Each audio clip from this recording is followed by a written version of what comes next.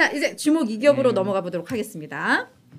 자, 오늘은 사실 저희가 PPI를 많이 해서 예, 주목 이격은 그렇죠. 오늘 예, 넷플릭스만 할 텐데 넷플릭스는 선배도 관심 많으시니까 아, 기다렸어요. 이거 언제 주목하나 아, 기다렸습니다. 그래요? 예. 네. 자, 넷플릭스 제가 오늘 준비를 했습니다. 너무 좋아하는 기업이라 저도. 네. 예. 간밤에 3.65% 올랐고요.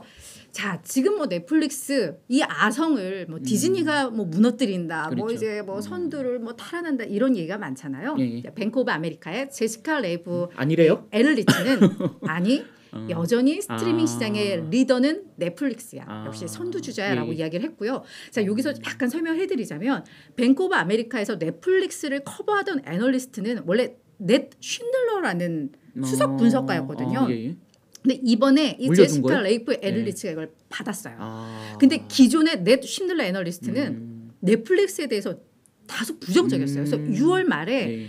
이 196달러로 그러니까 기존의 240달러였던 목표 주가를 196달러로 낮추고 시장 수익률 하회. 그러니까 뱅크 오브 아메리카는 매수 중립, 시장 수익률 하회니까 그냥 매도 의견을 제시하고 있던 건데 이 사람이 바뀌면서 의견을 다 뒤집었어요. 저 에럴리치도 자기 선배가 논다고 생각했던 거 아닐까? 그래. 진짜 분석은 안 하고 그렇죠. 다 까놨구나. 네. 내가 해보니까 아니야라고 했을 수도 있는데. 후배들이 무섭네요 요즘. 그러니까. 자, 투자 의견을 시장 수익률 하회를 매수로 아. 2단계 올렸습니다. 그러니까 그냥 매도해서 매수로 그러네요. 올린 거고요. 네. 목표 주가 370달러. 이거 지금 월가 애널리스트 중에 거의 고가 그렇죠, 최상단 그렇죠. 수준이거든요. 맞아요. 그렇게 높였습니다. 그러면서 자, 넷플릭스 수익성 개선 꾸준히 노력하면서 투자 매력을 높이고 있어라는 건데 이게 뭐 결국은 광고 요금제 출시라던가 그렇죠. 그 계정 공유하는 거 지금 차단, 많이 또 예. 차단하고 예. 그걸 수익화로 하려는 그거를 이야기를 하는 것 같아요. 그래서 어떻게 보면 제가 이 애널은 모르지만 네. 아 이게 또 약간 하룻 강아지가 아, 예, 뭐 예. 그런 거 아닌가라는 우려는 되는데 예, 예. 모르겠어요. 자, 이 애널리스트의 그 의견을 한번 좀 들어볼게요. 근데 하여튼 그 쉰들러 쉰들러, 예, 예. 이분은 이 의견을 어떻게 봤을까 참 궁금하기는 한데. 그러게요. 이거 보고 이거 찹찹했을 것 같은데. 그렇죠? 아, 예, 그런데 예. 최근에 주가가 얘가 5월에 저점 찍고 나서 90%가 맞아요. 올랐으니까 예, 급등했어요. 그래서 예. 앞서 여기 주가도 보셨지만 310달러거든요. 예. 그거 보면 쉰들러는 지금 부끄러운 상황이기는 해요. 목표 주가를 그렇겠네요. 196달러 했으니까. 예. 자, 투자 매력이 뭐냐? 자, 넷플릭스의 어떤 글로벌 규모라던가 강력한 브랜드 파워 그리고 이에 대한 사용자 만족도 죄송합니다. 측면에서 볼 때 여전히 얘는 업계 선두 주제야. 이러한 거를 넷플릭스를 다른 업체들은 따라가지 못해라는 겁니다. 그러면서 그래 가입자라던가 어떤 성장 속도는 둔화되고 있는 건 인정해.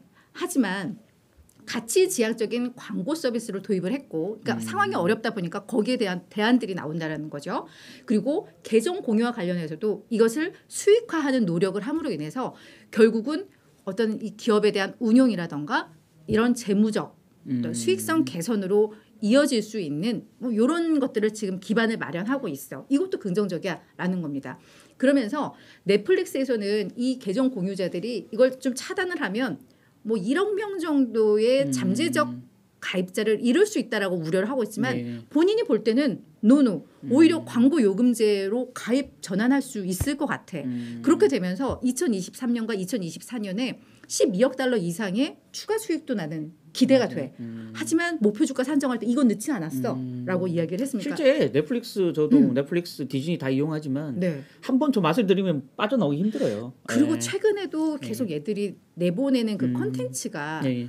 수익권에 있잖아요. 다 맞아요. 흥행 맞아요. 수익권에 네. 있다 보니까 뭐 그런 면에 있어서 따라갈 수 없다라는 겁니다. 거기다가 또 K 드라마에 빨대를 잘 꽂아서 넷플릭스가 사실 그런 면에서 디즈니는 맞아. K 드라마가 없어. 그래서 디즈니는 사실 볼 게 별로 없어요. 맞아요. 콘텐츠가. 맞아. 넷플릭스가 그런 면에서는 선두주자다. 그렇지. 예. 요즘 K 콘텐츠가 예, 뜨고 있으니까. 맞습니다. 예. 자, 그러면서 자, 얘들은 이제 다각화된 매출 구조를 확보하고 있다는 점에서 매우 긍정적이야라는 이야기를 했습니다.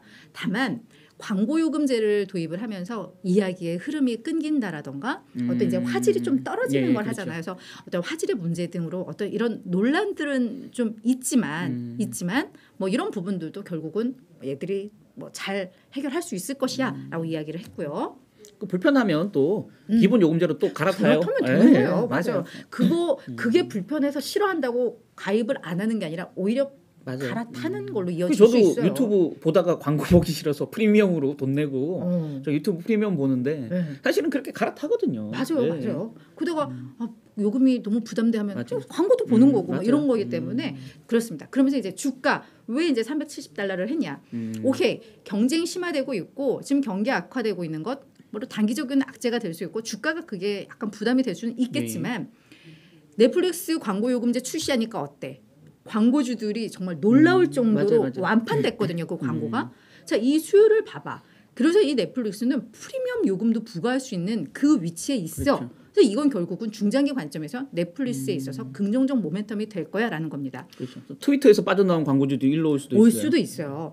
자, 그래서 이 주가가 제가 6개월 새에 지금 90% 올랐잖아요. 와, 라고 말씀드렸는데 예. 지금 오른쪽이 그런 상황이거든요. 그래서 어떻게 보면 신들러가 이거를 어떻게 설거지할 수가 없어서 넘겼을 수도 이건 저의 그냥 그냥 내피셜입니다. 그래서 올 들어서는 여전히 50% 가까이 급락을 했지만 근데 넷플릭스는 이제 바닥을 본 게 아닌가라는 이제 분석인 것 같습니다. 자, 그럼 이제 다른 월가 에너지적 어떤가? 여전히 좀 조금은 좀 우려 섞인 소리들이 좀 많습니다. 월가 애널리스트 총 43명, 그러니까 넷플릭스를 분석한 43명 중에 19명, 그러니까 약 44% 정도만이 어떤 매수 비중 확대 의견을 좀 유지를 하고 있고요. 이들의 목표가 평균이 293달러입니다. 그러니까 현재 주가보다 낮아요. 그래서 추가 상승 여력은 오히려 마이너스 5.5 이렇게 보고 있는 상황이고 지금 전망치 상단이 375달러니까 앞서서 지금 우리 그 애널리스트가 거의 상단치를 제시를 한 거고 하단은 여전히 162달러입니다. 근데 주가가 올라가고 이 광고 요금제에서 성과가 나오고 하면 이건 또 따라 올라갈 수밖에 없는 그렇죠. 뭐 이런 상황이기 대부분 때문에 보수적으로 보는 애널리스트들도 이제 광고 요금제 도입되고 맞아요. 첫 반영되는 분기에 가입자 수가 어떻게 됐는지 그 매출이 어떻게 됐는지에 따라서 사실은 가파르게 또 투자 올릴 수 의견이나 목표 있습니다. 주가를 올릴 수 있기 때문에 네네. 좀 지켜보자는 사람들이 맞아요. 많을 것 같아요. 그래서 11월 3일 날 아마 광고 요금제가 그때부터 시작이 됐기 맞습니다. 때문에 다음 분기 실적이 매우 중요할 것 같고 한 절반 반영되겠네요. 네, 성과가 나온다면 넷플릭스는 정말 오히려 5월 이때가 정말 저점이 나온 게 아닐까? 뭐 이렇게 그렇죠. 기대를 해볼 수도 있다. 뭐 이런 의견들이 나왔습니다.